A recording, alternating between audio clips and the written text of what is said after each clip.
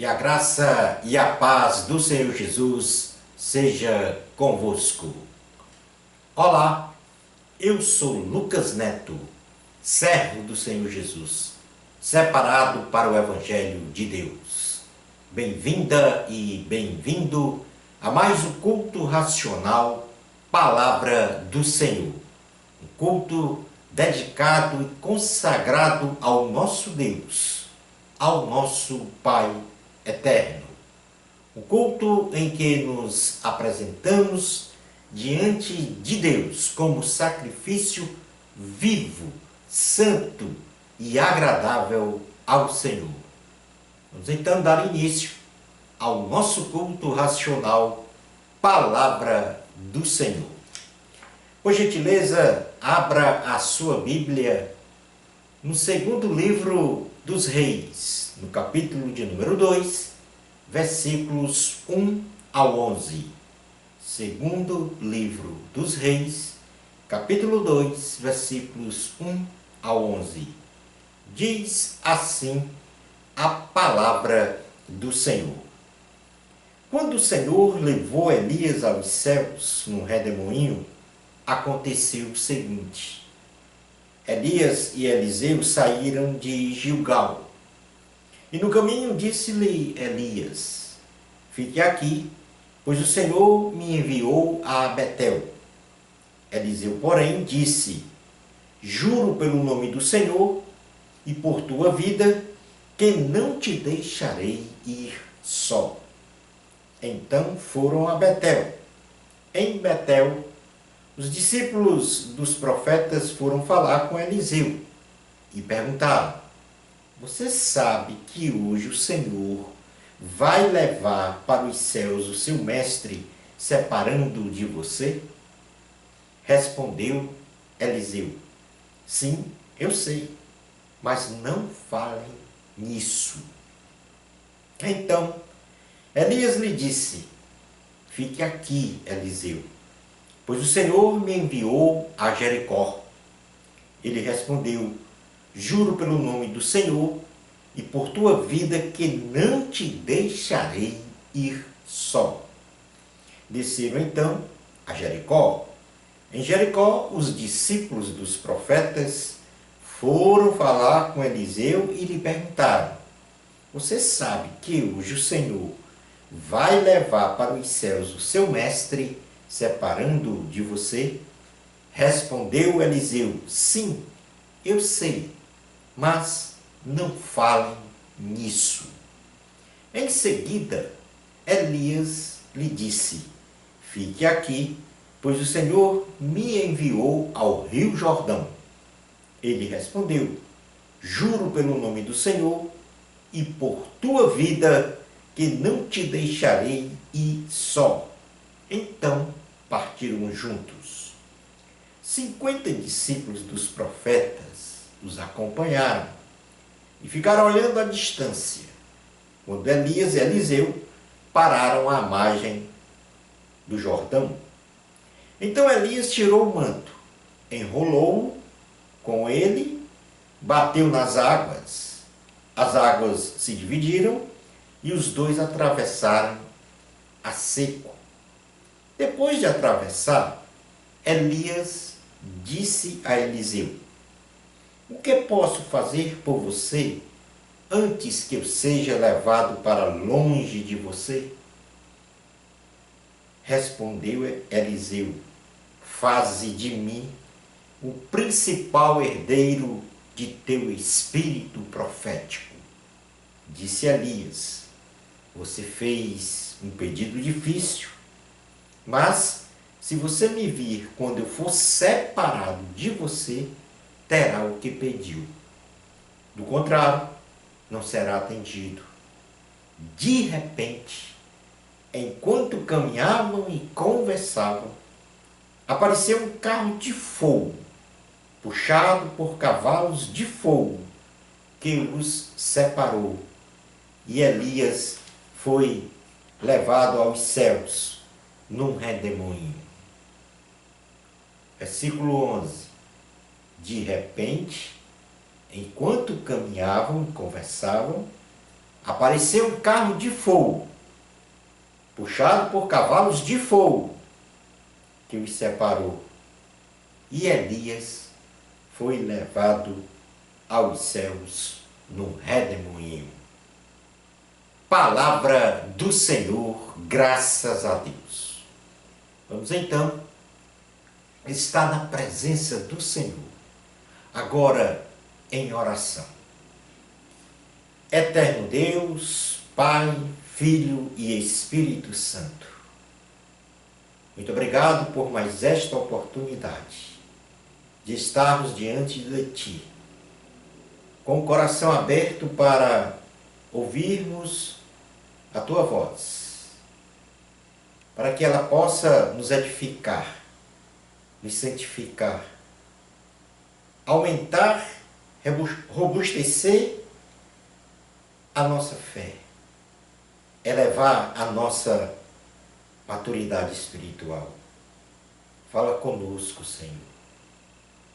Ilumina a nossa mente. Faz com que tenhamos o discernimento para a total compreensão desta palavra que vai ser ministrada hoje. É no nome de Jesus que nós oramos com fé. Amém. O tema do sermão de hoje tem como título Um coração conquistado pela alegria da eternidade. Vou então repetir o tema do sermão de hoje para que a gente possa fixar a mensagem que vai ser falada, dirigida a nós no dia de hoje. Um coração conquistado pela alegria da eternidade. Neste texto base do sermão, contemplamos o arrebatamento do profeta Elias para o céu, envolvido então por um redemoinho, numa carruagem de fogo, com cavalos de fogo pela vontade do Senhor. Elias foi o segundo homem da história da humanidade arrebatado para o céu, pois o primeiro foi Enoque, o sétimo homem depois de Adão.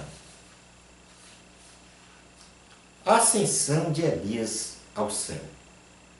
Elias e Eliseu saem da cidade de Gilgal e realizam um longo caminho passando pelas cidades de Betel e Jericó, sabendo os dois e os seus respectivos discípulos que Elias seria tomado pelo Senhor num dado momento.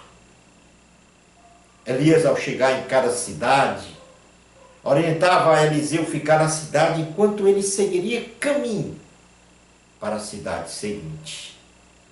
Porém, Eliseu o replicava, dizendo que, em nome de Deus e pela vida do próprio profeta Elias, jamais deixaria Elias, o seu mestre, ir só para outra cidade. Outro sim, os discípulos por 2 vezes interpelaram Eliseu se ele sabia que o profeta Elias seria arrebatado pelo Senhor naquele dia. Eliseu respondia aos discípulos que sim, e que não mais falassem sobre este assunto. Elias e Eliseu, como último local geográfico da viagem, chegam às margens do Rio Jordão. E sob o testemunho de 50 discípulos, Elias tira o seu próprio manto, enrola-o e bate sobre as águas do Rio Jordão, que se dividem e eles atravessam a seco o rio sagrado. Depois deste milagre, Elias pergunta a Eliseu: o que ele poderia fazer por ele, antes que fosse tomado pelo Senhor. Eliseu então pede para receber o espírito profético de Elias, isto é, a unção de Elias. Então, Elias responde a Eliseu dizendo que se ele visse o momento de sua separação dele para o céu, então Eliseu receberia o que pediu. Do contrário, não receberia. De repente, enquanto Elias e Eliseu caminhavam e conversavam, apareceu um carro de fogo, puxado por cavalos de fogo, que os separou. E Elias foi levado aos céus num redemoinho. Elias não passou pela morte física e foi levado para o céu pelo Senhor. Vou repetir. Elias não passou pela morte física e foi levado para o céu pelo Senhor. Elias foi um profeta e homem de Deus que realizou grandes sinais e prodígios em seu ministério, onde, dentre alguns destes sinais, podemos citar que Elias profetizou uma grande seca. Elias reviveu o filho da viúva. Elias enfrentou os profetas de Baal, orou para que chovesse, fugiu ao Monte Horebe e lá ouviu um cicio tranquilo e suave da presença da voz de Deus. E tantos outros feitos de milagres e maravilhas. E, portanto, Elias teve muitas experiências com Deus e manteve um relacionamento de intimidade, do dia a dia, conversando e ouvindo o Senhor. O mais notável destes sinais, e agora nós vamos falar numa transposição de tempo, o mais notável destes sinais de Elias ocorreu no Monte da Transfiguração, onde Jesus, diante de Pedro, Tiago e João, resplandece o seu rosto como o sol, e suas vestes se tornam brancas como a luz. E ao lado de Jesus aparecem Elias, aquele profeta que fora arrebatado. Lá na história dos reis, Elias e Moisés aparecem ao lado de Jesus, conversando com Jesus sobre a grande salvação que Cristo iria realizar em favor da humanidade, dando a sua vida, entregando a sua vida na cruz do Calvário. Mas ao terceiro dia, após a sua morte, Jesus ressuscitou para conceder a salvação e vida eterna à humanidade.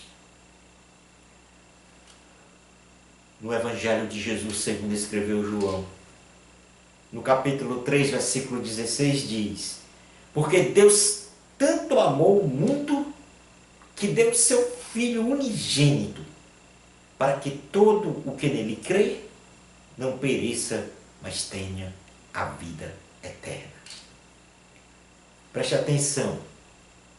Elias, o profeta da geração dos reis e profetas de Israel, do Antigo Testamento, que fora arrebatado numa carruagem de fogo, puxado por cavalos de fogo, na época dos reis, estava vivendo a alegria da eternidade no Monte da Transfiguração, diante do Senhor Jesus, na geração dos apóstolos do Novo Testamento. Presta atenção neste lapso de tempo de eternidade. Aquele que fora arrebatado na história dos reis no Antigo Testamento, agora vivia uma experiência com Jesus no Monte da Transfiguração. E, portanto, o profeta Elias estava vivendo a alegria da eternidade no Monte da Transfiguração com o Senhor Jesus. Vamos falar um pouco sobre esta eternidade. Porque esta mensagem hoje está direcionada exclusivamente para você, que está a me ouvir neste momento. A eternidade no coração do homem. A eternidade está no coração do homem. E quando falamos este vocábulo homem, nós estamos falando do ser humano, da espécie humana. Nós estamos falando de todo e qualquer ser humano. A eternidade está no seu coração. Você que está a me ouvir, presta atenção. A eternidade está no seu coração. No livro de Eclesiastes, no capítulo 3, versículo 11, diz assim a palavra do Senhor. Ele quem? Deus, fez tudo apropriado a seu tempo. Também pôs no coração do homem um anseio pela eternidade. Mesmo assim, este não consegue compreender inteiramente o que Deus fez. Então, Deus colocou no seu coração o anseio, o desejo pela eternidade. E se você refletir e meditar neste momento, você vai entender que você quer viver o máximo de tempo possível neste planeta Terra. Assim como Deus colocou no meu coração o anseio pela eternidade, o desejo de viver eternamente. Vivemos uma vida terrenal cheia de problemas. É verdade. Problemas em seus mais variados segmentos. E lutamos diuturnamente para viver bem nos aspectos emocional, social, material, financeiro, familiar, profissional, conjugal e etc. Buscando felicidade e segurança. Em cada aspecto desse que eu mencionei, buscamos de forma voluntária e incessante preencher sempre o nosso coração como entendido aí o nosso coração como centro de nossas emoções, raciocínios e pensamentos. No nosso dia a dia, no nosso modo de agir, no nosso modo de pensar, a gente busca uma paz interior, o bem-estar, o prazer. Infere-se então daí que presumidamente que se o nosso coração for preenchido com esse algo que nós buscamos, então atingiremos o estado em toda a sua plenitude de bem-estar, de segurança, de felicidade e de paz do espírito. Então a pessoa, todo e qualquer ser humano, busca preencher o seu coração, e entenda-se aqui, o centro das suas emoções, do seu raciocínio, dos seus pensamentos, com algo que lhe dê prazer, com algo que lhe dê bem-estar, com algo que lhe dê paz interior. Mas na realidade, observa-se que ao preencher com algo ou alguém o nosso coração, o que a gente observa é que as pessoas não preenchem em sua totalidade o seu coração. Como, por exemplo, temos pessoas que possuem riquezas e muito dinheiro e vivem uma vida infeliz. Quantos casais vivem sob o mesmo teto, porém estão descasados, vivendo uma vida de aparências? Quantas pessoas atingem o mais alto pedestal da fama e vivem como que encarcerados no mundo pessoal, de vazio e de infelicidade.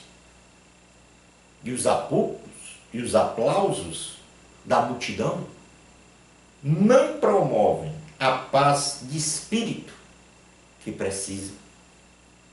Não promovem a verdadeira prosperidade no padrão bíblico. Muitos outros exemplos poderíamos aqui mencionar, mesmo no âmbito familiar, onde famílias dignas se despedaçam ante aos conceitos relativistas da sociedade. Estes conceitos dirigem a família para o campo da divergência, da contenda, das dissensões, quebrando então o respeito e os princípios de unidade, hierarquia e amor que devem permear os relacionamentos entre familiares. Mas então por que o coração do ser humano não é preenchido com as circunstâncias e o meio material em que ele vive? Isto se deve porque todas as coisas à vista dos nossos olhos são coisas finitas. E como Deus, conforme eu li em Eclesiastes capítulo 3, versículo 11, Deus colocou no coração do homem o anseio pela eternidade, o desejo pela eternidade.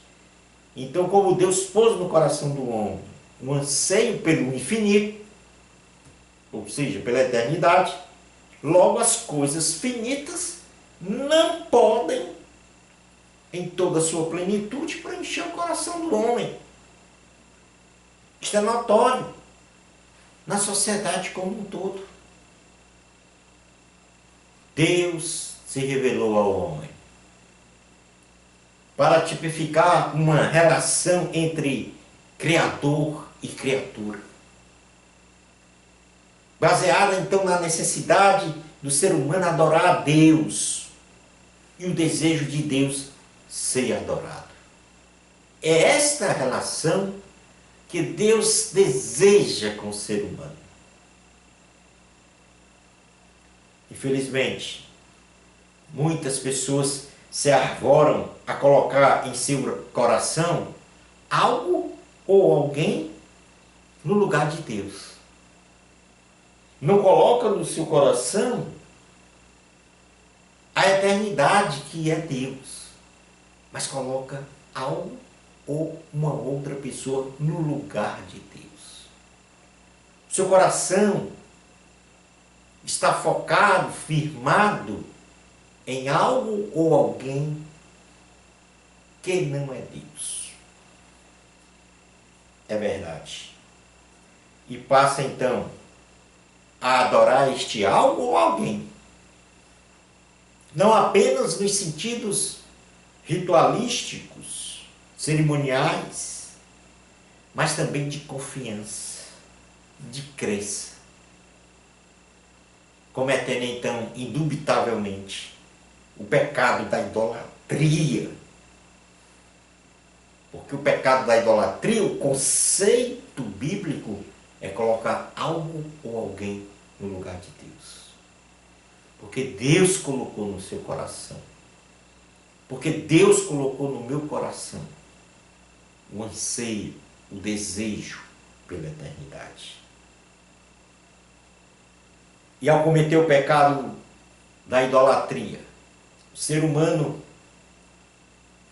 cria um ídolo. Só que este ídolo é sempre finito.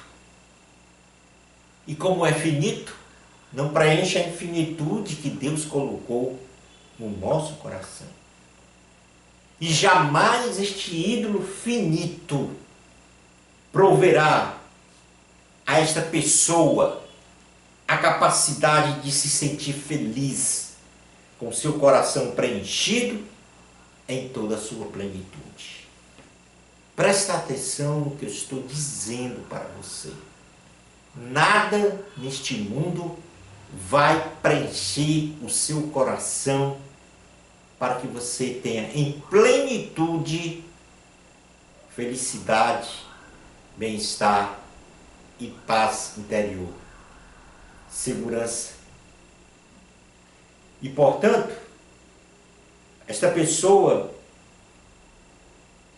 não será capaz de ser feliz em toda a sua plenitude. Amar e adorar a Deus, honrar e glorificar o nome de Deus, o nome de Jesus, que está sobre todo o nome, que está sobre todas as coisas, é o caminho da plenitude de vida.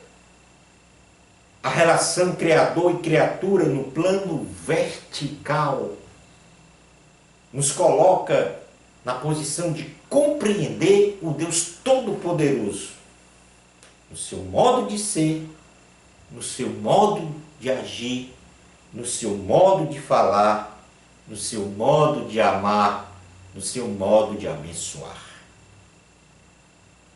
Deus, em sua palavra, declara abertamente que Ele nos amou primeiro. E o amor de Deus é incondicional. O amor de Deus é limpo. O amor de Deus é puro. O amor de Deus é carregado de benignidade.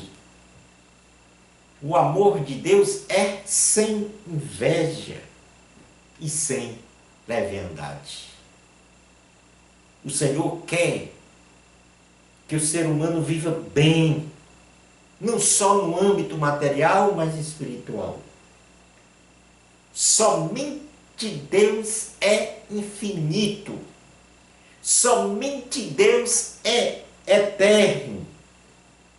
E por Ele ter estes atributos de infinitude, de eternidade, de não ter começo nem fim, só Ele pode preencher em sua plenitude o coração do homem. Entenda-se aí o coração como a alma do ser humano. O Senhor colocou a eternidade no seu coração. E, portanto, algo ou alguém que está contido neste mundo, no universo, que é finito, não poderá jamais preencher o seu coração. Só Jesus Cristo é que pode preencher o seu coração. E aí tem a certeza absoluta que, independente das circunstâncias, Porque vivemos neste mundo sob a ação de muitos problemas, de tribulações, de provações.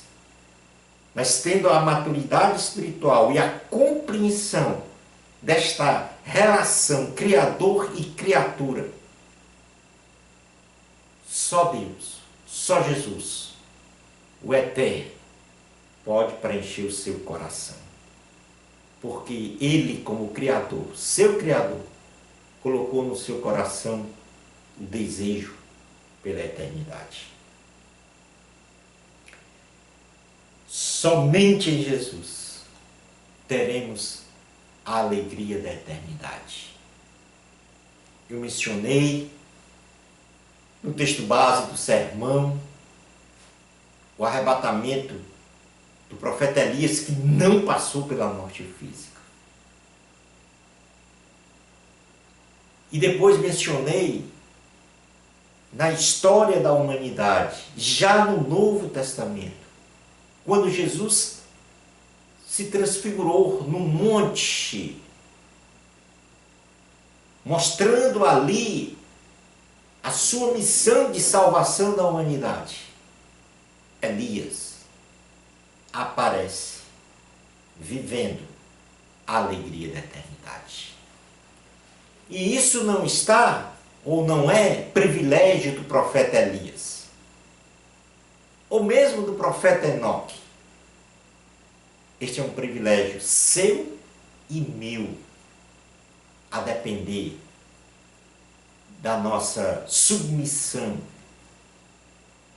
da nossa entrega a Jesus Cristo.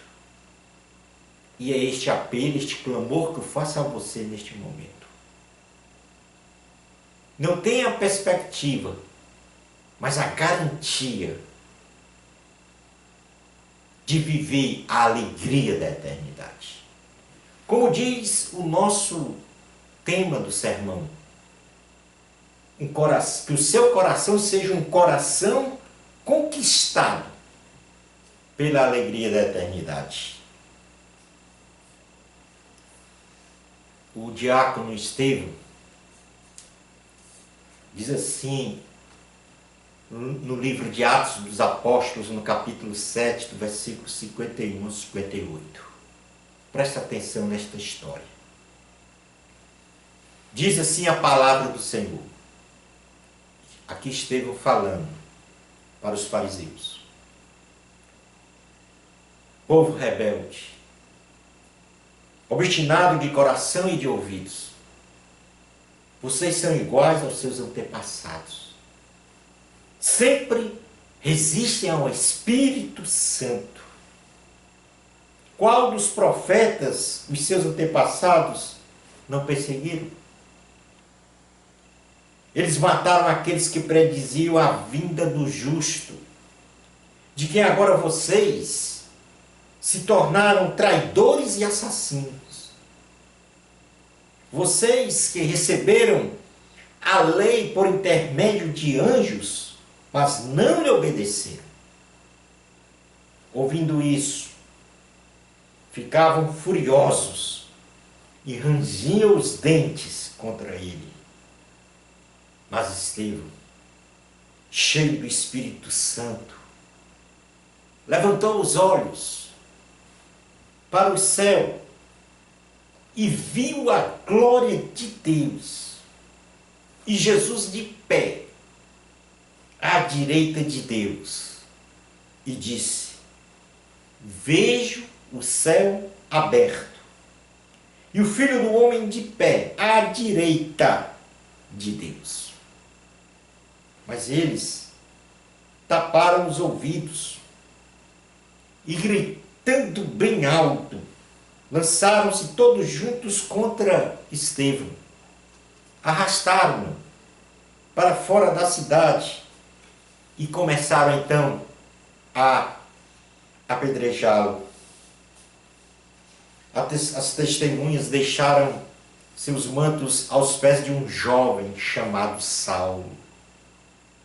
Enquanto apedrejavam Estevão, este orava: Senhor Jesus, recebe o meu espírito. Então caiu de joelhos e bradou: Senhor, não os consideres culpados deste pecado. E dizendo isso, adormeceu. Ou seja, morreu. Estevão, um diácono, um homem cheio de fé e do Espírito Santo, apesar de estar sendo martirizado, neste texto que nós lemos agora em Atos, no capítulo 7, versículos 51 e 58, apesar de ele estar sendo martirizado pelos judaizantes, ele viu a alegria da eternidade no céu. E esta alegria da eternidade no céu, porque Deus pôs no coração de Estevão um anseio pela eternidade, estava tipificada pela pessoa do Senhor Jesus. Porque ele olhou para os céus e viu a porta dos céus aberta, a glória de Deus, e viu Jesus em pé à direita do Pai, à direita de Deus Pai. Estevão teve a alegria da eternidade no céu. Diz a palavra que ele morreu, perdoou os seus algozes, mas no mesmo instante estava com Jesus para viver eternamente. O apóstolo João, Apocalipse 4, 1 a 5, diz assim: Depois dessas coisas olhei, e diante de mim estava uma porta aberta no céu.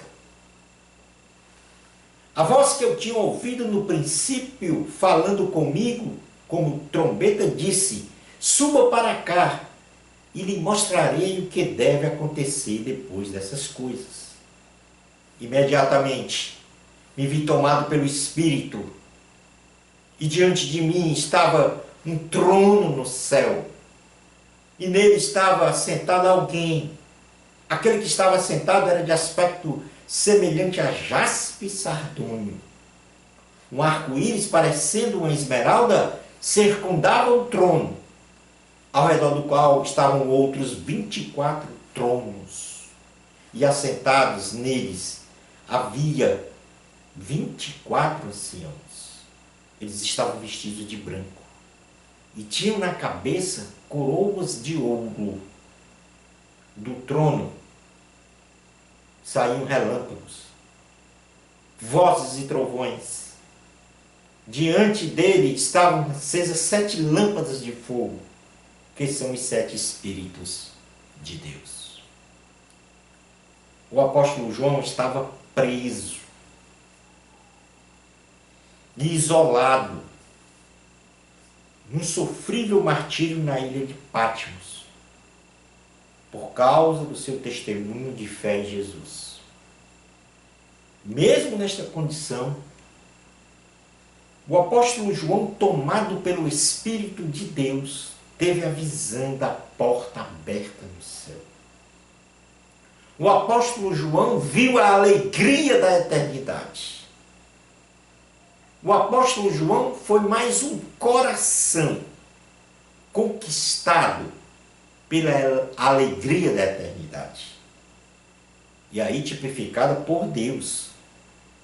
Porque ele viu Deus assentado em seu trono no céu, com toda a glória. O mendigo Lázaro, e esta história do mendigo Lázaro está em Lucas capítulo 16, versículos 19 a 23, é apenas uma parte desta história, diz assim: Havia um homem rico que se vestia de púrpura e de linho fino e vivia no luxo todos os dias.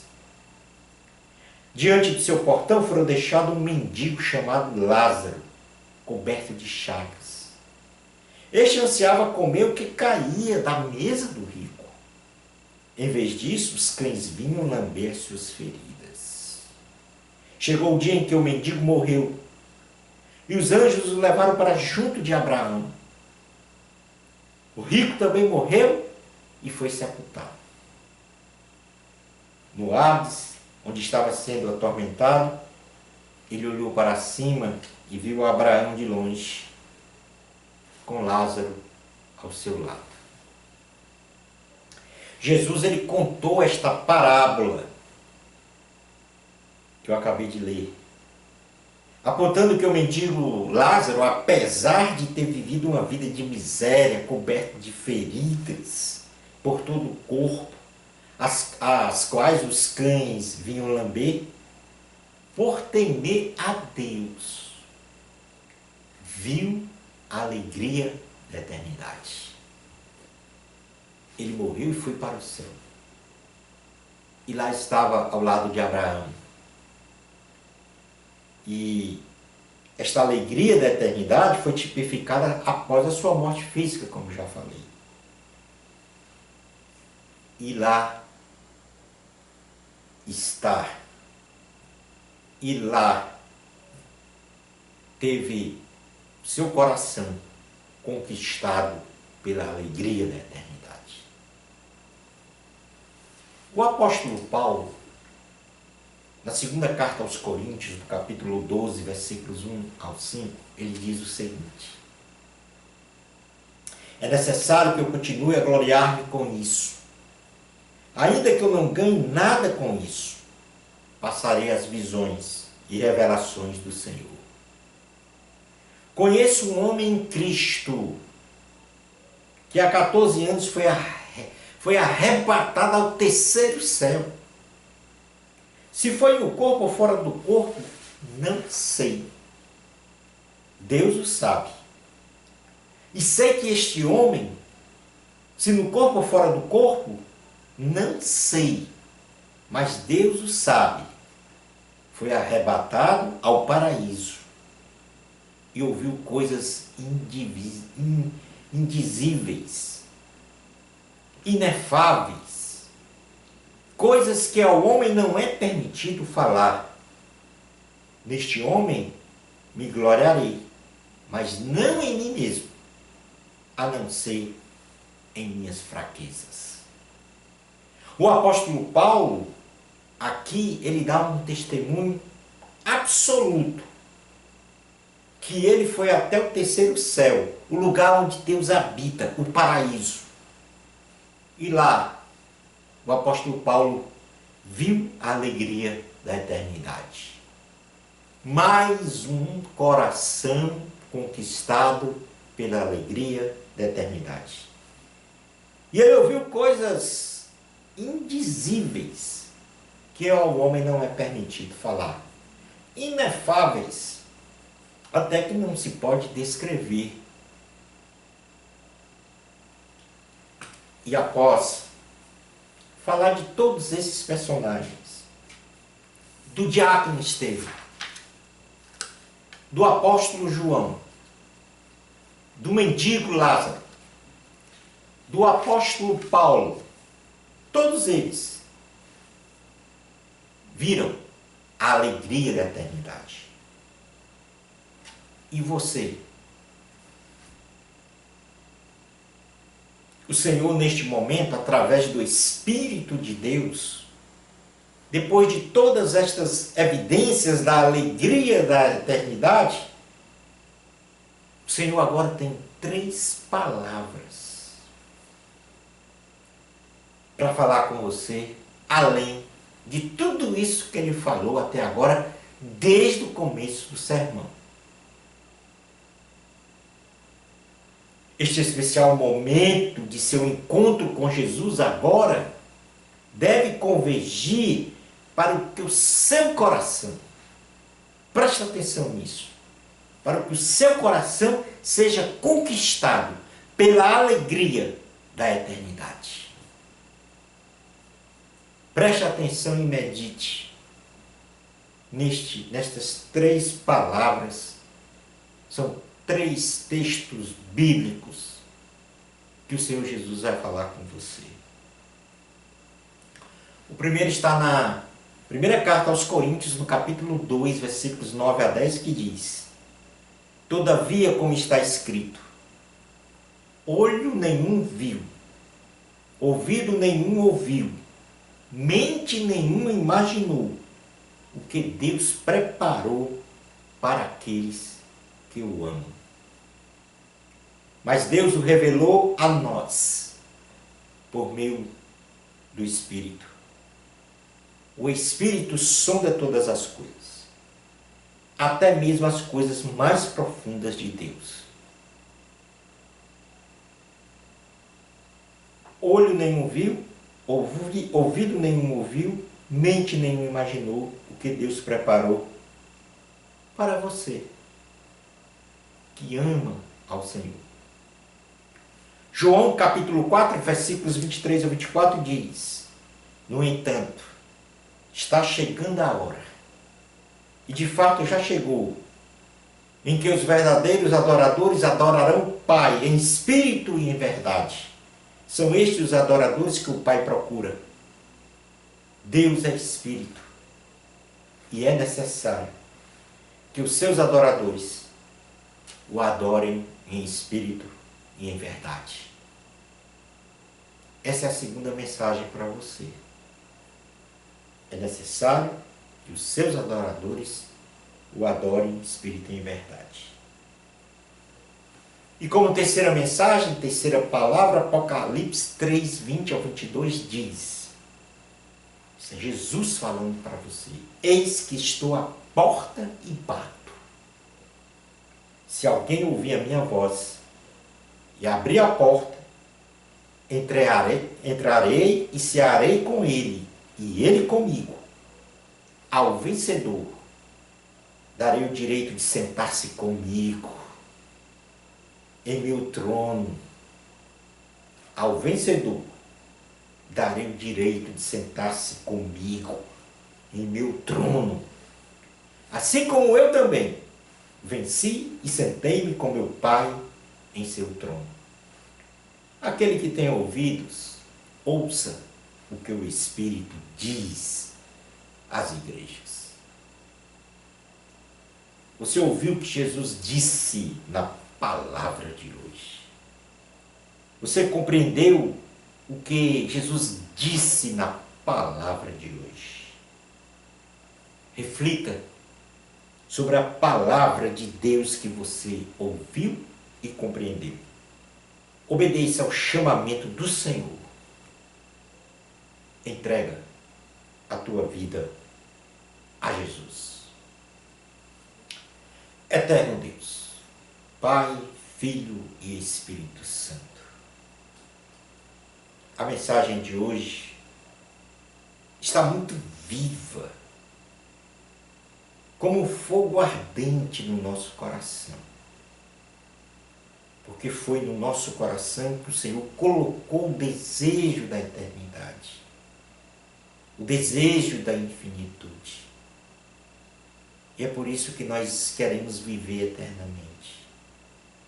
E para viver eternamente, é necessário que algo infinito, eterno, preencha o nosso coração.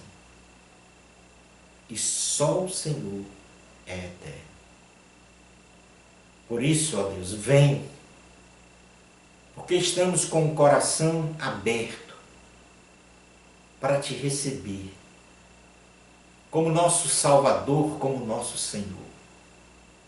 Confessamos os nossos pecados, reconhecendo o teu sacrifício na cruz do Calvário para uma reconciliação com Deus, para a salvação, para a vida eterna. O nosso coração neste momento, ó Deus, já está num estado de ser conquistado para ver a alegria da eternidade. Como diz o título do sermão de hoje, um coração, ou seja, eu quero ser um coração conquistado pela alegria da eternidade. É assim, meu Deus, que eu intercedo por todos aqueles e aquelas que tomaram a sábia decisão de entregar a sua vida a Jesus e de contemplar a alegria da eternidade, como tantos profetas e milhares de pessoas já experimentaram. É no nome de Jesus que nós oramos com fé. Amém. Chegamos então ao final do nosso culto racional, Palavra do Senhor. Bênçãos especiais de Jesus para você. Amor a Cristo. A glória sempre é de Deus. Até o nosso próximo culto racional, Palavra do Senhor. Isto, se Deus permitir.